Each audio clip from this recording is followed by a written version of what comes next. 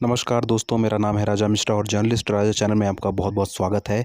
देश और दुनिया से संबंधित खबरों के लिए जर्नलिस्ट राजा चैनल को ज़रूर से सब्सक्राइब करिए, क्योंकि मैं डेली बेसिस पे हेडलाइंस को प्रोवाइड करता हूं आपको। तो आज दिन है बुधवार और तारीख है 7 अगस्त। तो आज की जो धमाकेदार हेडलाइंस है उसकी मैं पेशकश करता हूँ।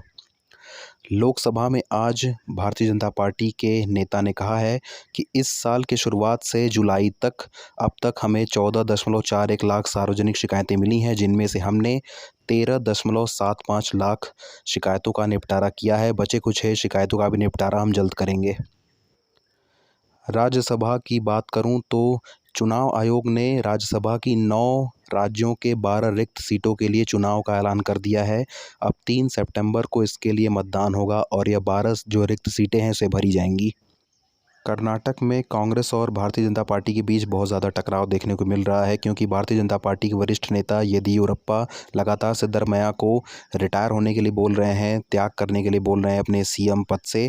उसके बाद जवाब देते हुए सिद्धरमैया ने कहा है कि पॉक्सो का सामना कर रहे येदियुरप्पा सार्वजनिक जीवन से संन्यास लें। कांग्रेस नेता राहुल गांधी ने आज लोकसभा में उठाया है वायनाड भूस्खलन का मुद्दा।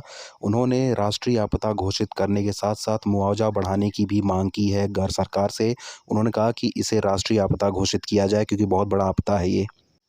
उत्तर प्रदेश के मुख्यमंत्री योगी आदित्यनाथ 2 दिवसीय अयोध्या दौरे पर पहुंचे हैं। रामलला दर्शन के बाद सीएम योगी ने अयोध्या वासियों को एक और सौगात दी है। शहर में अब ट्रामा सेंटर बनने वाला है। योगी ने आदेश दिया है कि अयोध्या में बहुत जल्द ट्रामा सेंटर बनने वाला है। अयोध्या वासियों को काफ़ी सहूलियत मिलेगी।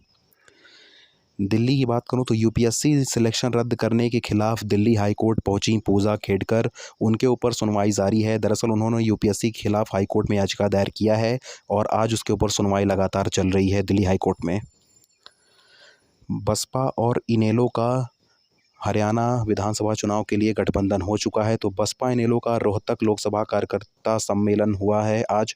वहां पर आकाश आनंद, जो कि बसपा के कोऑर्डिनेटर हैं, उन्होंने कहा कि हरियाणा में भी हम दोगुनी नौकरियां देने वाले हैं। वायनाड लैंडस्लाइड की बात करूं तो भूस्खलन के बाद 138 लोग अब भी लापता हैं। आपको बता दूं कि प्रशासन ने एक सूची जारी की है 138 लोगों की। इसके लिए बचाव अभियान जारी किया गया है। 138 लोग अब भी इस भूस्खलन में गायब हैं। भारत के उपराष्ट्रपति जगदीप धनखड़ ने विश्वास जताते हुए कहा है कि भारत अगले 2 साल में इस विश्व की तीसरी सबसे बड़ी अर्थव्यवस्था बन सकता है, क्योंकि प्रधानमंत्री मोदी का विज़न ही विकसित भारत को बनाना है। साथ ही जगदीप धनखड़ ने वोकल फॉर लोकल को भी सराहना दिया है। पहलवान विनेश फोगाट के डिस्क्वालिफिकेशन के बाद इंडियन ओलंपिक एसोसिएशन के अध्यक्ष पीटी उषा का बयान सामने आया है। उन्होंने कहा है कि हमने विनेश फोगाट का वज़न कम करने की पूरी कोशिश की थी। हमने उनके बाल काटे थे, उनके जो कॉस्ट्यूम है उसका भी वेट कम किया था। Wrestler Vinesh Phogat Paris Olympic से बाहर हो चुकी हैं। आपको पता ही होगा 50 किलो कैटेगरी से सिर्फ और सिर्फ 100 ग्राम ज़्यादा वज़न उनका हुआ था, जिस वजह से उनको बाहर निकाल दिया गया है। अपना फैसला सुनकर विनेश की तबीयत बिगड़ी और वह अस्पताल में भर्ती हैं। बीएसएनएल ने अपने भारत ब्रॉडबैंड यूज़र्स के लिए एक तोहफ़ा दिया है। कंपनी ने ग्राहकों को तोहफ़ा देते हुए 100 रुपये सस्ता कर दिया है अपना प्लान, जो कि पहले 499 का था, अब 399 में मिलने वाला है।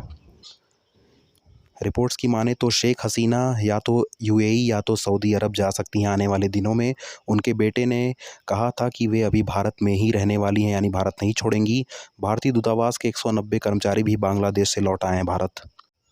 बांग्लादेश में पिछले 2 महीनों से चल रहे लगातार हिंसा, तोड़फोड़ और लूट को लेकर बांग्लादेश की पूर्व प्रधानमंत्री खालिदा जिया ने चिंता जताया है। उन्होंने कहा है कि हमें अपने देश को बनाना होगा, ना कि देश को तोड़ना है। यह देश को एक साथ लेकर चलने का वक्त है। बांग्लादेश के पड़ोसी देश पाकिस्तान ने बांग्लादेश के ऊपर हमदर्दी जताते हुए कहा है कि बांग्लादेश के हालात पर चिंता करते हुए उन्होंने कहा कि जल्द ही सामान्य स्थिति और शांति की उम्मीद की जा सकती है। हमें बांग्लादेश से और पाकिस्तान बांग्लादेश के